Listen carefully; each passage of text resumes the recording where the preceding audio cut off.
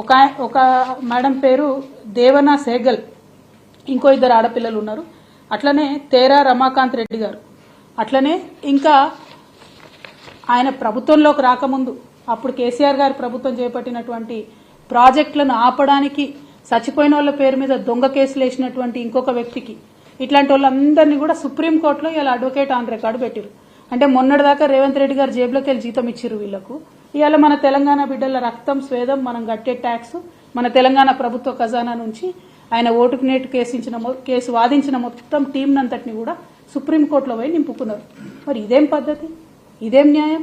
ఎవరు లేరా ఇంకా కొత్త వాళ్ళు, న్యూట్రల్గా ఉండేవాళ్ళు, తెలంగాణ రాష్ట్ర ప్రభుత్వ ప్రయోజనాల కోసం పనిచేసే వాళ్ళు ఎవరు లేరా? మీ ఓటుకు నేటు కేసుని మీ ప్రైవేట్ టీంని తీసుకుపోయి అలా సుప్రీంకోర్టులో పెడితే నిజంగా కాంగ్రెస్ పార్టీలో ఇంతమంది సీనియర్ నాయకులు ఉన్నారు, ఒక్కరు కూడా ప్రశ్నించకపోవడం చాలా దారుణం. ఇది తెలంగాణ ప్రజల యొక్క డబ్బును సొమ్మును దుర్వినియోగం చేయడం తప్పితే ఇంకొకటి కాదు అని చెప్పి మేము తెలియజేస్తూ, ఫైనల్గా గౌరవ ముఖ్యమంత్రి వర్యులు రేవంత్ రెడ్డి గారు మీరు చెప్పినటువంటి నీతి వాక్యాలను మీరు పాటిస్తే బాగుంటుంది. ఉద్యోగాల విషయంలో మీరు అడ్డంగా అబద్దాలు ఆడారు. ఉద్యోగాల విషయంలో కేసీఆర్ గారిని బద్నాం చేసే ప్రయత్నం చేసిండ్రు. ఇప్పుడు మీరు వేసినటువంటి టీఎస్పీఎస్సీ నిజంగా మీకు చిత్తశుద్ధి ఉంటే, నిజంగా మీకు అవినీతి మరక అంటొద్దని మీరు అనుకుంటే తక్షణమే మహేందర్ రెడ్డి గారిని తీసేసి ఎంక్వైరీ వేయండి. అవినీతి జరిగింది వాస్తవమా కాదా ప్రజలకు తెలియజేయండి. రెండవది, కేసీఆర్ గారు వేసినటువంటి ఉద్యోగాలు మేము ఇచ్చినట్టుగా చెప్పుకుంటా ఉన్నారు, దాన్ని మేము తీవ్రంగా ఖండిస్తా ఉన్నాం.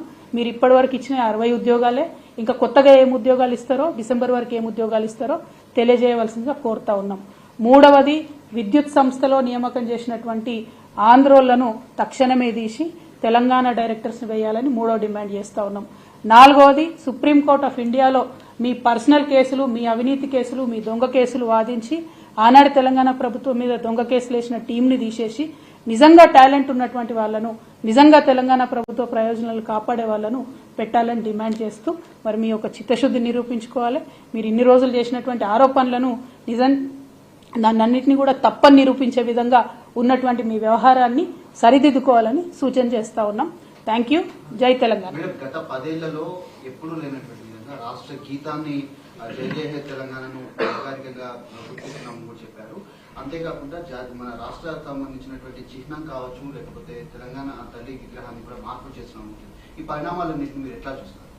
అంటే మన గౌరవ ముఖ్యమంత్రి గారు మొదట ఎప్పుడన్నా నిజంగా గుండెల మీద చేసుకొని జై తెలంగాణ అంటేనేమో ఆయన ఇవన్నీ చేసే అవకాశాలు, ఆయన ఇవన్నీ చేసే అర్హత ఉంటుంది. ఆయన ఎప్పుడన్నా జై తెలంగాణ అన్నాడా? జై తెలంగాణ అన్నోళ్ళ మీద గన్ను పట్టుకొని తిరిగిన మనిషి. ఏదో మన ప్రజలు మంచోళ్ళు కాబట్టి ఇసొంటోళ్ళకు కూడా ఒకసారి అవకాశం ఇద్దామని ఇచ్చిరు, కానీ ఆయన జై తెలంగాణ అని ఇంతవరకు అనలేదు. ఆయన రాష్ట్ర గీతం గురించి మాట్లాడడం, తెలంగాణ తల్లి గురించి మాట్లాడడం చాలా హాస్యాస్పదంగా ఉంది. బట్ ఎనీవే, ఒక్కటి ఈ సందర్భంగా నేను ముఖ్యంగా రాష్ట్రంలో ఉన్నటువంటి కళాకారులకు, తెలంగాణ బిడ్డలకు విజ్ఞప్తి చేసేది ఏంటంటే, కేసీఆర్ గారు ఏదన్నా పని చేస్తే దాని వెనుక ఎంత బలమైన కారణం ఉంటుందో, ఏదన్నా పని చేయకపోతే అంతకన్నా బలమైన కారణం ఉంటుంది.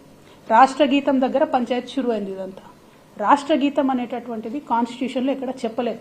ఈ యొక్క రాష్ట్రానికి ఒక జెండా ఉండడం, రాష్ట్రానికి ఒక గీతం ఉండడం అన్నటువంటిది కాన్స్టిట్యూషన్లో ఎక్కడ చెప్పలేదు.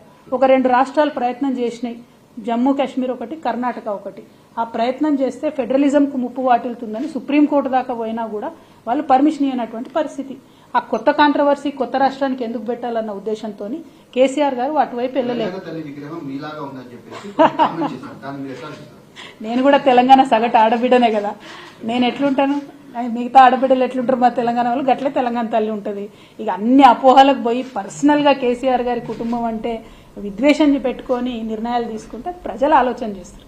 నా రిక్వెస్ట్ ఏంటంటే, ఇవన్నీ చిన్న చిన్న ఆరోపణలు పక్కన పెడితే కేసీఆర్ గారు చేయని పనుల వెనుక కూడా కారణాలు ఉంటాయన్న విషయం తెలంగాణ కళాకారులు, కవులు, రచయితలు కూడా దయచేసి గుర్తించాలని చెప్పి నేను కోరుతూ, ముందుగా మన ముఖ్యమంత్రి గారు తెలంగాణ రాష్ట్ర ముఖ్యమంత్రి గారు కాబట్టి ఎప్పుడన్నా ఒకసారి అసెంబ్లీ ప్రారంభంలోనో అఫీషియల్ కార్యక్రమాల్లోనో జై